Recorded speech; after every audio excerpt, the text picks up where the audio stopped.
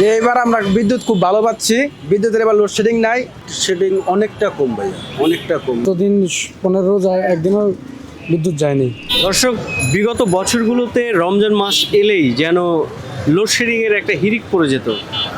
ইফতারের সময় লোডশেডিং বা সেহরিতে খেতে গিয়েও লোডশেডিং, সবসময় লোডশেডিংয়ের যে একটা ব্যাপার থাকতো, কিন্তু এই বছর এর সম্পূর্ণ ব্যতিক্রম।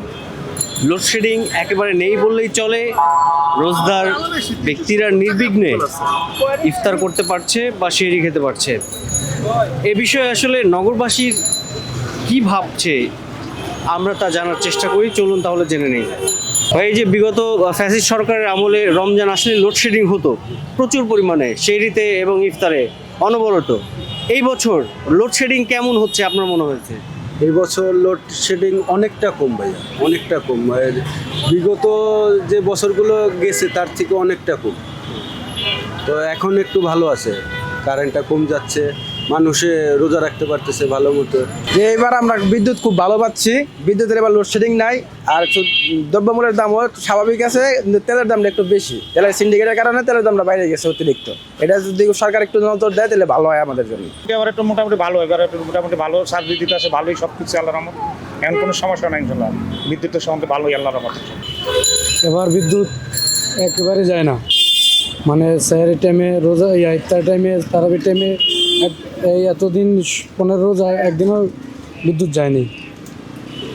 তো আমরা অনেক খুশি। অন্য বছর থেকে এবার অনেক ভালো, কারণ কোনো সংখ্যা লোডশেডিং এবার হয় নাই। সরকারকে অনেক ধন্যবাদ জানাই, কারণ এই বছর কোনো লোডশেডিং দেয় নাই। আলহামদুলিল্লাহ রমজান মাসেও অনেক ভালোই লাগছে, মানে লোডশেডিংটা দেয় না। দর্শক, প্রতি বছরই রমজান মাসে যেভাবে লোডশেডিং হতো, জনজীবন একেবারে দুর্বিষহ হয়ে যেত। তবে এবছর অন্তর্বর্তী সরকার এর প্রচেষ্টায় রমজান মাসে লোডশেডিং নেই বললেই চলে। এতে করে নগরবাসী খুব স্বাচ্ছন্দ্যে রমজান মাসের সেহরি এবং ইফতার করতে পারছে নির্বিঘ্নে, নির্দ্বিধায়।